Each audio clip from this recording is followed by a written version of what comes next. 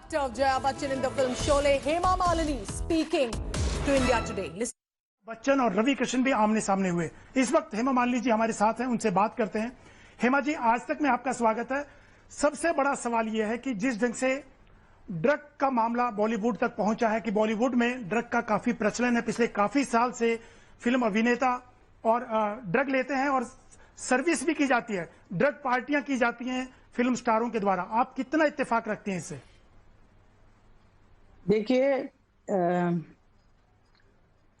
ये जो ड्रग की बात आप लोग कर रहे हैं वो सिर्फ ऐसा नहीं कि हमारे बॉलीवुड में है, it is all over everywhere, जिसकी वजह से उसका असर यहाँ पर पड़ा हुआ है। लेकिन मैं ये कहना चाहती हूँ, अगर जया बच्चन जी और रवि किशन जी ने जो भी मुद्दा उठाया उसमें आपस में लड़ने की बात है ही नहीं। दोनों का मकसद यही था कि जो बॉलीवुड के विषय में जो बात किया जा रहा है, गलत कहा जा रहा है, गंदा कहा जा रहा है, वो उसको रोकने के लिए कोशिश है। इसको बढ़ा चढ़ा के कुछ और बोलने की कोई आवश्यकता नहीं है, क्योंकि दोनों हमारे बॉलीवुड से है और मैं भी बॉलीवुड से हूँ। And we all love Bollywood. Bollywood ने हमें नाम, शोहरत, इतना कुछ रेस्पेक्ट इतना दिया है कि उसको हम कभी भूल नहीं सकते हैं।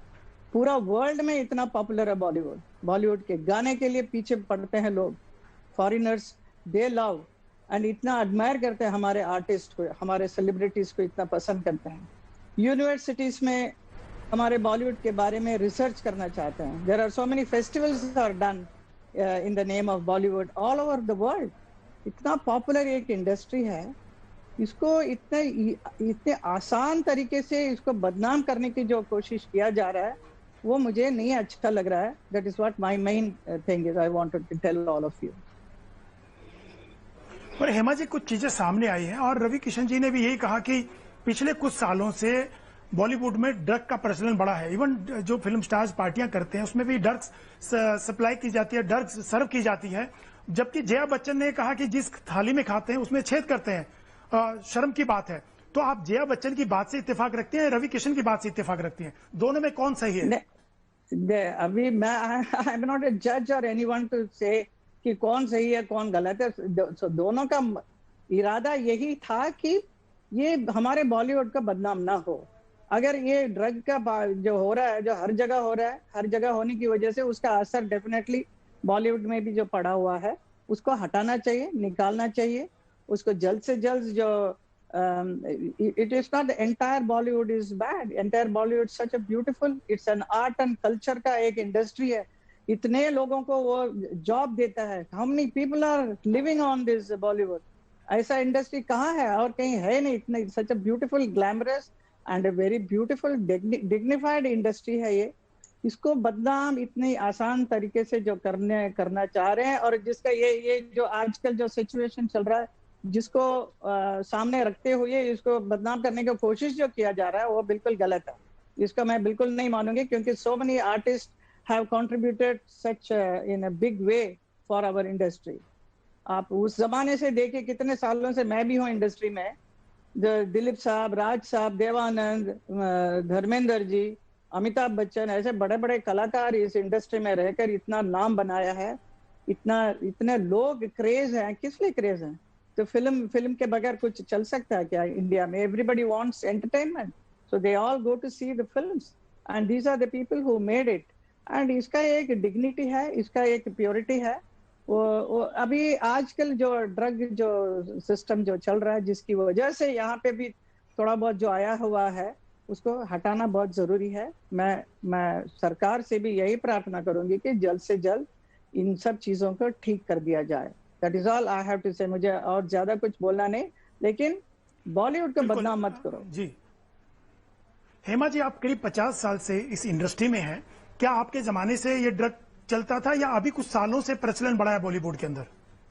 कभी हमने कभी सुना ही नहीं ड्रग के बारे में। ड्रग के विषय में कोई जानता भी नहीं है।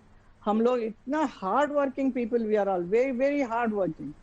2-3 पेज का डायलॉग दिया जाता है तो हम लोग 1 सेकंड में उसको याद करके बोलते हैं। अगर आप ड्रग करते हैं तो is it possible to do all this thing? ये कर सकते हैं? अपने आप को खूबसूरत दिखाना है तो क्या ड्रग हो या इवन ड्रिंक्स करो तो कर सकते हैं? we all have a very disciplined life. It is very important to lead a proper life.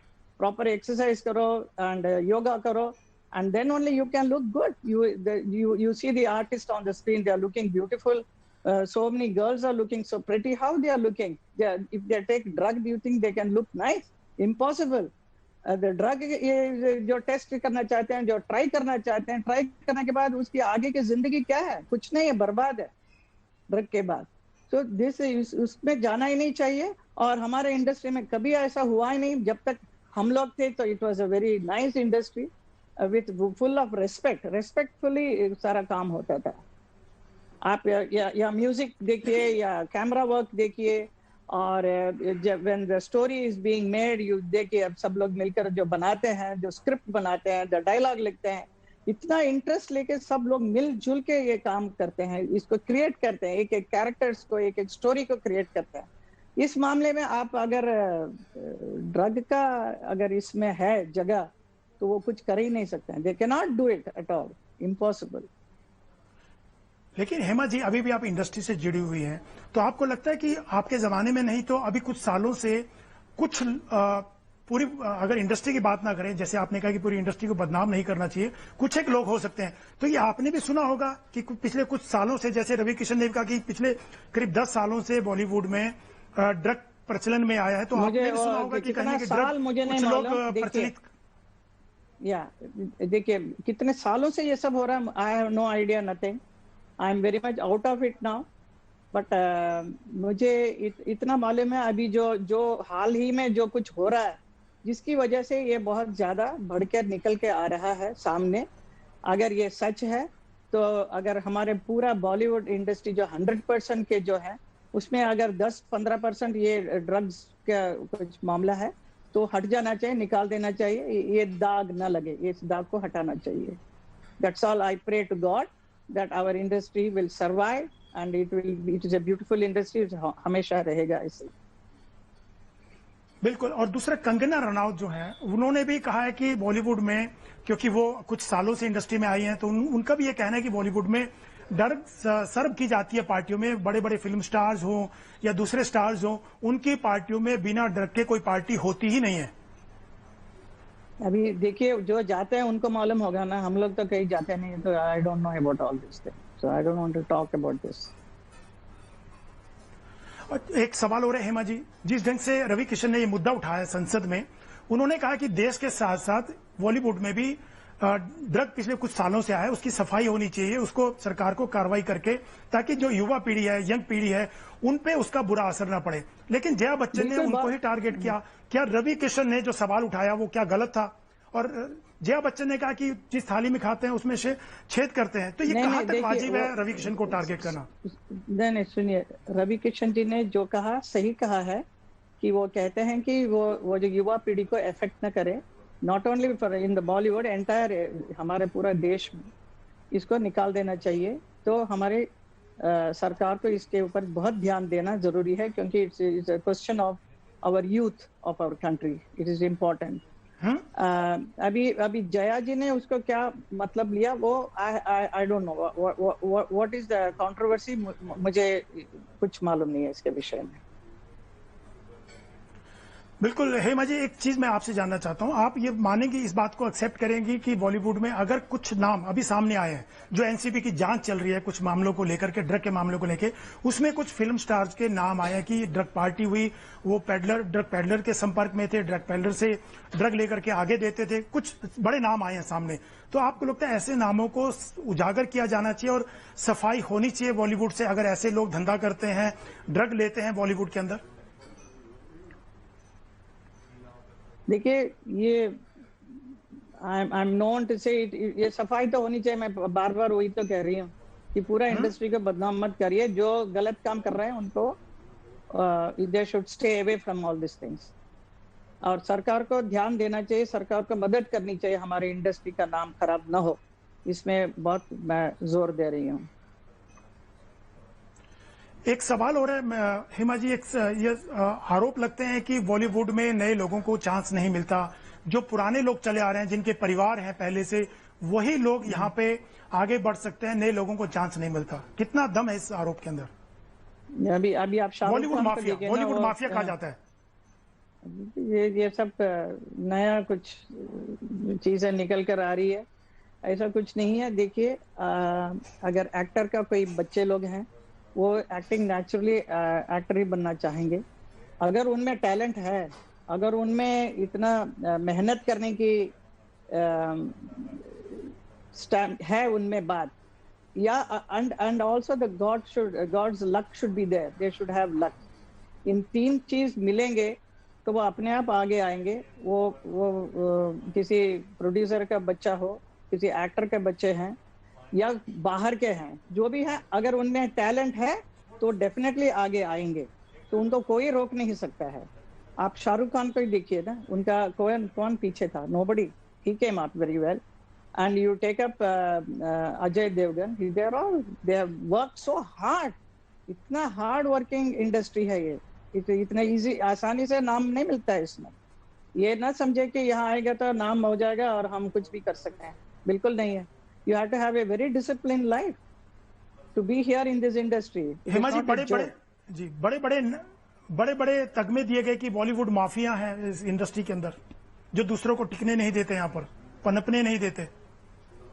ऐसा कुछ नहीं है। जब हमारे टाइम पे अगर मेरे लिए कोई स्टोरी लिखा गया है, स्क्रिप्ट लिखा गया, वो मैं ही करूंगी और कोई नहीं कर सकता है।